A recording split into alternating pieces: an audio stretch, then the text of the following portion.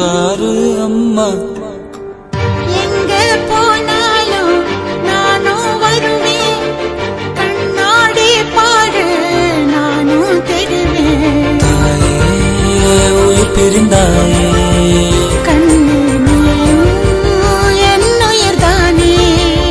இன்று நீ பாடும் பாட்டுக்கு நான் தூங்க வேணும்.